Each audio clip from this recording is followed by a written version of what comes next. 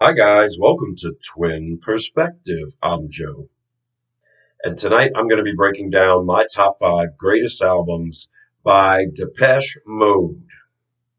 Yes, that great classic new wave synthesizer band. Do you say Depeche? I'm from down the bayou, so I say Depeche. Depeche Mode, and I've been listening to them their whole career. They've always been a great band. If you've tuned into this, you know them very well. They had one album with Vincent Clark. Vincent Clark left the band. They carried on with Martin Gore being the primary songwriter, and they've done great albums. They've had multiple releases right up until the last few years. So they've been an active band. They get along great, and I don't know if they're ever going to stop. I know a lot of them do different things with other artists, but including solo work. But I think they're going to be sticking it out here for as long as they can. I got to see them in 1987 or 88, and they were great. It was a long time ago. Let's get this list started from Depeche Mode at number five. I'm going with the live concert slash documentary 101. I guess that was the last date there at the Rose Bowl. That was the 101st and final show of that tour. I saw them on that tour. It was the Music for the Masses tour, and it was great. First concert I ever went to. Orchestral Maneuvers in the Dark opened up for them, and Depeche Mode did great. And 101 pretty much covers, you know, that tour. It's the last show, but I'm sure the show we saw was extremely similar. I know they didn't play People Are People when I saw them at the UNO Lakefront Arena. And I was cool with that because at the time, People Are People was the most popular song by them, and I was kind of wanting to stick it to everybody that was a preppy that showed up to see Depeche Mode because they just heard about them from this successful album they had in '87. And it was like, no, we're going to buy the shirts and we're going to know every song, and you're not going to hear People Are People, and we're going to love it. Of course, I love the song People Are People. But anyway, I digress. At number five, 101. At number four, I'm going with Some Great Reward from 1984. Absolutely great album. Beautiful stuff. Starts with Something to Do, and they will play that one live. Lie to Me. I love that one. The aforementioned People Are People, which is a pretty big hit in the United States. It was in the top 100. So not bad for a new wave band from England. It Doesn't Matter. Somebody. Now that's my favorite song they've ever done. Beautiful. The classic Master and Servant, which is strange, very awesome, only to be outdone by the last song, Blasphemous Rumors, which of course didn't get any airplay because, well, just listen to it if you've never heard it. From 1984, Some Great Reward. The great album.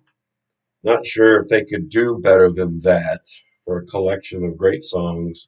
And I think they managed to best that. At number three, I have what is probably considered universally their greatest album. So don't tune out. But at number three, I have Violator from 1990.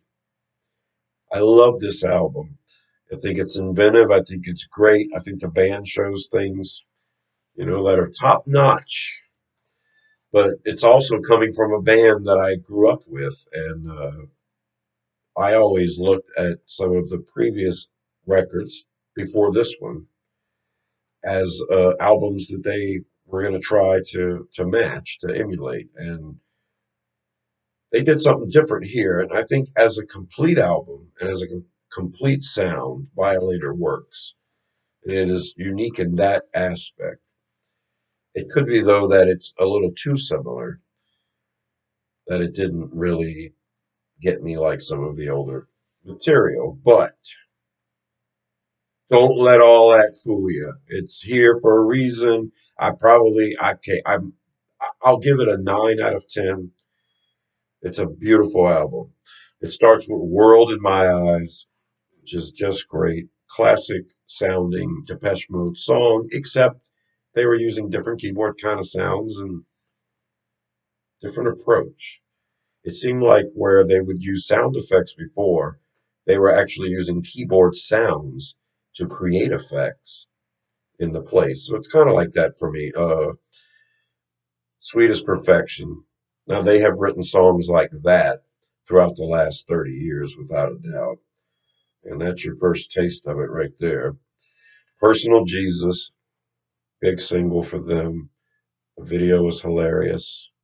They were like cowboys and they were hooking up with hookers. And so I always thought that that's what personal Jesus meant. And maybe it was the director's vision and not Depeche Mode's vision, but it's definitely what I get out of the song.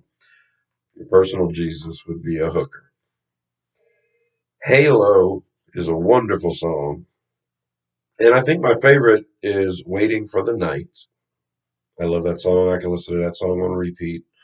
It's a beautiful thing. Bad is creating a mood with just keyboard sounds. They did a great job. And then the single Enjoy the Silence, which has become a cult classic kind of favorite single. It wasn't greatly popular when this album was released, but it kind of hung out at the dance clubs and stuff, and eventually people seemed to really like it. I liked it from the get go. I thought that was one of their best singles they'd ever written. That goes straight into Policy of Truth, which is another single and sounds like a single. It's a good song. The album ends with Blue Dress and Clean. Clean, you're not fooling anyone. What would I know? I don't know them personally. There's Violator at number 3. So what could I have put before Violator? Well, I think if you're a Depeche Mode fan, you might have figured this out. At number 2, I'm going with Black Celebration from 1986. Absolutely classic album.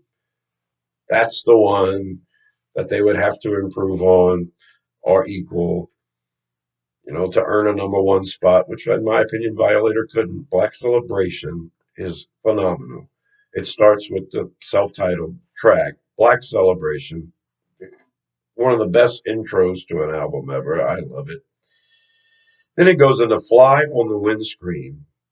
Final. And Fly on the Windscreen is just badass. That's one of the great songs ever written by a keyboard band. Love that song. Great message, great sounds, beautiful. Love that song. A Question of Lust.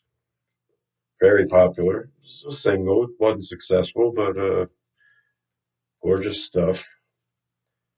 They had a song called Sometimes. I think that's hilarious because this album in 1986 came out the same year The Circus came out for Erasure, Vincent Clarke's band. They had an album, they had a song called Sometimes on their album, The Circus, the same year, as Depeche Mode had a Sometimes on their record, Black Celebration. It follows up with It Doesn't Matter Too, which is kind of a sequel to It Doesn't Matter, from Some Great Reward. Then we've got A Question of Time, and A Question of Time is one of my favorite songs they've ever done. It's very poppy. You might be leaning into that Vincent Clarke thing when you do a song like that. I love it. And another favorite on the album of mine is Stripped. That's a very unique, very powerful song. It's impressive live. Stripped is a great, powerful song. That's the kind of moments they want to hit with every song. They do great there. Now, the US release of Black Celebration included But Not Tonight. And But Not Tonight's one of my favorites. It's in my top 5, I'd have to say. Favorite songs by them. Black Celebration. Does it get any better than that from 1986? Well, the very next year, they released my number one album by Depeche Mode, Music for the Masses. I don't know if I saw them at the end of 87 or 88, but the tour I saw, like I said, 101, Music for the Masses. This was the album. It starts with Never Let Me Down. Classic, a great feel, great sounds, beautiful song. One of the best they've ever done. It goes into The Things You Said. I heard it from my friends about the things you said. That's a classic too. They play that one live. They played it live when we saw them 30 years ago. Then Strange Love, which I think is an almost perfect dance single. Strange Love is a great that's the way you're supposed to do it back then if you were gonna get me. If you were gonna get me to say, hey, you got a good song here, have it sound like Strange Love. Great stuff. Sacred, so good. Little 15, very compelling. Behind the Wheel, another classic single, another classic dance track. That's the way you do it, Behind the Wheel. I thought that's what they were going to open the show with. They ended up opening it up with Pimp, which is an instrumental, into Behind the Wheel. So I felt like I was right on that one. But my buddy Ribby, he picked Pimp. He was right. Got to give him credit. After Behind the Wheel is I Want You Now, which is an amazing song. A lot of the tracks are made up of voices, kind of just breathing and sighing and stuff. Yes, it sounds annoying. I hate stuff like that, but I Want You Now is impressive. Gotta listen to it. It's a unique acapella, if I do say so myself. There's keyboard parts in it too. To Have and to Hold, great song. Nothing, one of my favorites by them. The aforementioned Pimp, which ended the album, except there was a later version that came out, which included a remix of Agent Orange, which I didn't have a copy of that song anywhere else, so that was great. And it also had Pleasure, Little Treasure. Now, it was a specific mix of that song. I don't know if I've ever heard the original of Pleasure, Little Treasure, but I do love it. I loved it included in this album. And they played it live too when I saw them. Pleasure, Little Treasure. Okay, absolutely great album. Music for the Masses, that's it. My number one by Depeche Mode. A fabulous album. I think Music for the Masses and Black Celebration and Violator are their three classics. And they've had other great albums before and around the same time as Some Great Reward. So, you know, great band overall.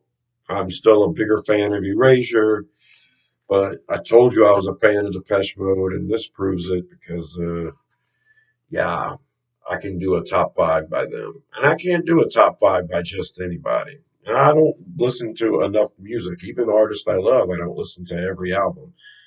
It's hard for me to even own five albums by one artist, much less their whole library, and then for me to pick five. So these videos I'm doing, they're of my favorite bands ever that have been in my life forever. Depeche Mode certainly fits that bill. So there you go. This has been Twin Perspective. Thanks for watching. I'm Joe. Please subscribe to Rosenfield 10 for more videos like this. And I will see you in the trees. Bye.